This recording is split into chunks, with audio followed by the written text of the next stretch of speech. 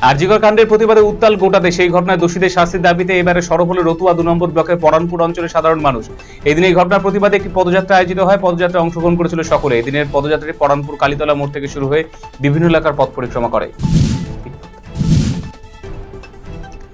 বুধবার বিজেপির ডাকা 12 ঘন্টা বাংলা বন্ধের সমর্থনে বালুরঘাটে মিছিল করল বিজেপি। মঙ্গলবার সন্ধ্যায় মঙ্গলপুর থেকে বালুরঘাট থানা পর্যন্ত মিছিল করা হয় বিজেপির কর্মী সমর্থকদের তরফে। বিজেপি জেলা সভাপতি স্বরূপ চৌধুরী জানিয়েছেন, আরজিকর ঘটনার প্রতিবাদে ছাত্র সমাজে আন্দোলনে যেভাবে ছাত্রদের উপর পুলিশি অত্যাচার করা হয়েছে তারই প্রতিবাদে বিজেপি পক্ষ থেকে বন্ধের ডাক দেওয়া হয়েছে। নিখোঁজের 9 দিনের মাথায় নির্জন এলাকা আদিবাসী নাবালিকার মৃতদেহ উদ্ধার, মাটি চাপা দিয়ে তথ্য লোপাটের চেষ্টা, ধর্ষণ করে কি খুন, অভিযোগ পরিবারের। ঘটনা চাউর হতে স্থানীয়রা ঘটনাস্থলে ভিড় জমায়, তবে মৃত্যুর কারণ কি এখনো স্পষ্ট নয়। নিখোঁজ নাবালিকার মৃত্যু কিভাবে হলো তা নিয়ে উঠছে প্রশ্ন।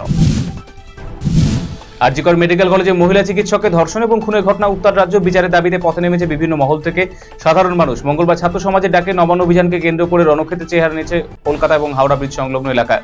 ঘটনার পর প্রায় 2 সপ্তাহ কেটে গেল, এখনো পর্যন্ত জাস্টিস অধরা। এই প্রেক্ষাপটে মঙ্গলবার সন্ধ্যায় কালিয়াগঞ্জে পথে নামল সাধারণ মানুষ। ধনকৈল পঞ্চানন মোড়ে রায়গঞ্জ বালুরঘাট রাজ্য সড়ক অবরোধ করে বিক্ষোভ দেখান তারা। বিজেপি ডেপুটেশন দেওয়াকে কেন্দ্র করে মঙ্গলবার ব্যাপক উত্তেজনা ছড়ালো মেখলিগঞ্জ ব্লকের বিএলআরও দপ্তরে।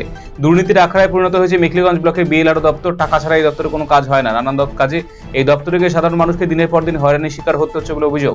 এই ঘটনায় বিজেপি নেতারা সরাসরি বিএলআরও সুজন রায়ের বিরুদ্ধে অভিযোগ এনেছে। এই সমস্ত অভিযোগের ভিত্তিতে এদিন বিএলআরও দপ্তরে ডেপুটেশন দিয়েছে বিজেপি নেতারা। জন্মাষ্টমীর পরদিন অর্থাৎ মঙ্গলবার করণদিঘি বিধায়ক গৌতম পালের উদ্যোগে অনুষ্ঠিত হল নন্দোৎসব। মঙ্গলবার বিধায়কের বাড়ির সামনে মাঠে অনুষ্ঠান অনুষ্ঠিত হয়। শ্রীকৃষ্ণ জন্মাষ্টমী উপলক্ষে আয়োজিত অনুষ্ঠানে উদ্বোধন করেছিলেন উত্তর দিনাজপুর জেলা পরিষদের সভাধিপতি পম্পা পাল। এদিন সকাল থেকে নন্দোৎসবের অঙ্গ হিসেবে ভজন কীর্তন পুজোর আয়োজন করা হয়ে থাকে। আরজিকর কাণ্ডের প্রতিবাদে রাস্তায় নামল ফরওয়ার্ড ব্লক। মঙ্গলবার বিকেলে ফরওয়ার্ড ব্লকের নেতা কর্মীরা একটি মিছিল করেন।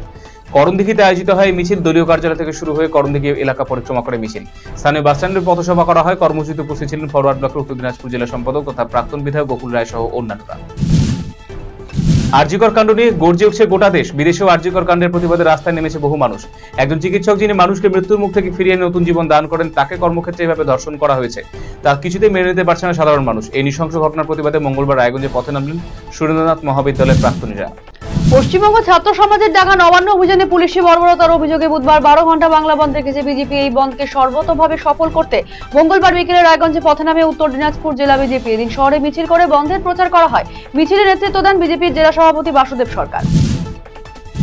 প্রতি বছরই ভাঙনে আস্তে আস্তে মুছে যাচ্ছে মালদা ও মুর্শিদাবাদের বহু এলাকা। গঙ্গা ভাঙনে সর্বস্ব হারিয়ে নিঃস্ব হয়ে পড়েছে বহু মানুষ। কিন্তু মানুষের এই বিপর্যয়ে উদাসীন কেন্দ্র সরকার, এমনকি নীরব ফারাক্কা ব্যারেজ কর্তৃপক্ষ। এই সমস্যা সমাধানে মঙ্গলবার ফারাক্কা ব্যারেজের জেনারেল ম্যানেজারকে ঘেরাও করে অবস্থান বিক্ষোভ কর্মসূচি মালদা ও মুর্শিদাবাদ জেলার তৃণমূল নেতৃত্বের।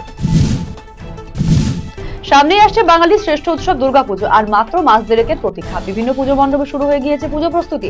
এই আবহে মঙ্গলবার আসন্ন দুর্গোৎসব উপলক্ষে প্রশাসনিক বৈঠক অনুষ্ঠিত হলো রায়গঞ্জের বিধান মঞ্চে। এই বৈঠকে পৌরসভা প্রশাসন, পুলিশ, দমকল, বিদ্যুৎ সমস্ত বিভাগের প্রতিনিধিরা হাজির ছিলেন।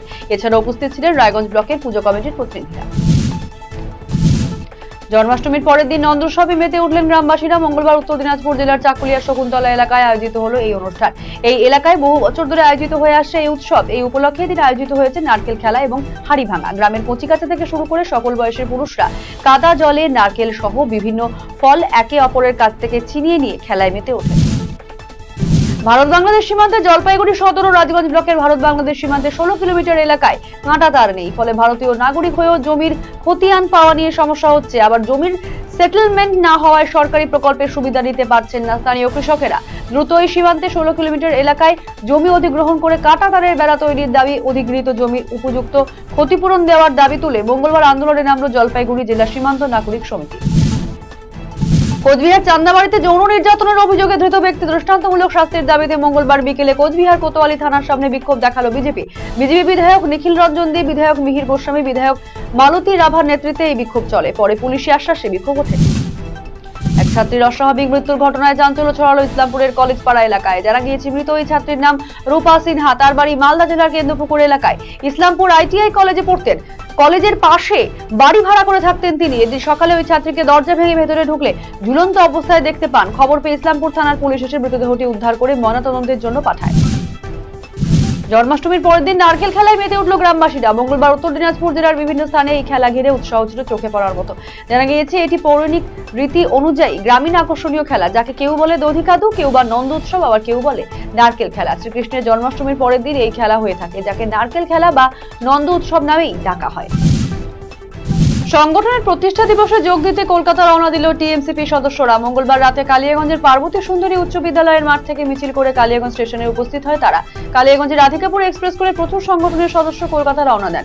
উল্লেখ্য, 28 আগস্ট তৃণমূল ছাত্র পরিষদের প্রতিষ্ঠা দিবস, সেই উপলক্ষে কলকাতায় সমাবেশ রয়েছে।